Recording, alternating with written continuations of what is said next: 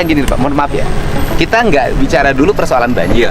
Kalau saya bicara persoalan perencanaan yang berbasis lingkungan, Iya, betul. ya kan areal perkebunan teh, Iya, kemudian betul, Pak. dirubah jadi bangunan, dirubah jadi perkebunan sayur. Apakah Bapak tidak mengkhianati tujuan awal areal ini?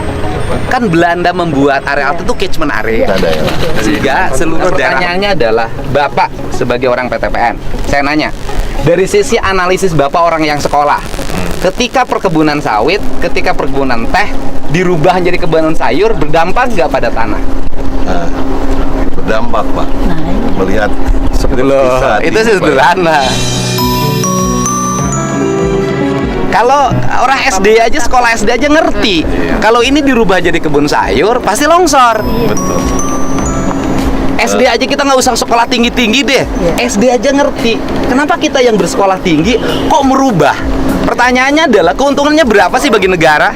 Gitu loh. Ini kan ini yang sembarangan menurut saya kan. Gini loh, sayur tuh sekarang udah naik ke atas ke gunung, sudah ke bawah, sudah ke samping. Nanti pestisidanya berapa kandungannya? Terus kemudian obat semprot yang rumputnya disemprot lepas. Nah mungkin dalam jangka panjang ya banjir akan terus menurut saya. Akan terus gitu. Ya kalau dari teh ke teh nggak apa-apa, dari teh ke karet nggak apa-apa. Gitu.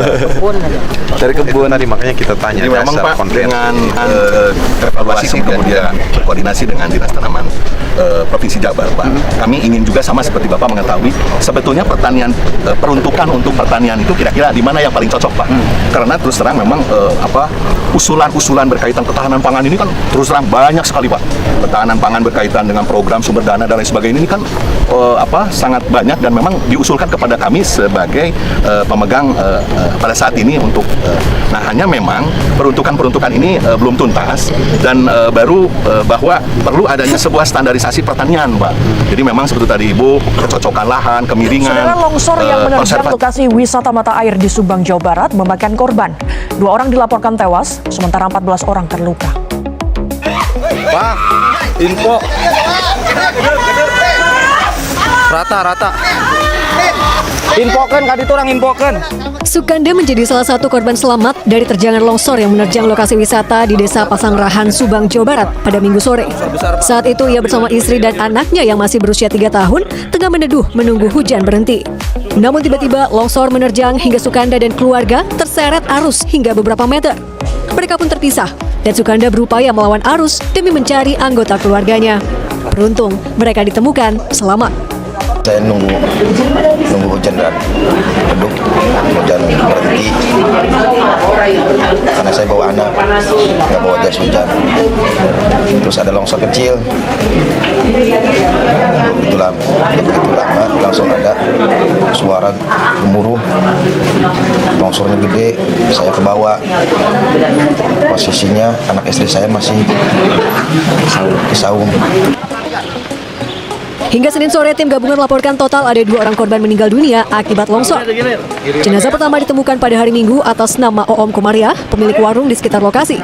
Sementara jenazah kedua bernama Dana ditemukan pada hari Senin yang merupakan warga sekitar. Penemuannya tuh di dekat reruntuhan, maju 10 meter lagi. Nah, posisinya tepat di bawah dapuran awi. Nah, itu kita mengambilnya dengan alat manual, menggunakan cangkul sama tangan. Isak tangis keluarga Oom Komariah pun pecah saat memakamkan jenazah korban pada Senin siang. Mereka tak percaya korban yang kerap berjualan di lokasi wisata tewas terseret dan tertimbun material longsor. Sementara itu, tim SAR gabungan resmi menghentikan pencarian korban di titik longsor dan fokus pada proses rehabilitasi dan rekonstruksi di lokasi bencana.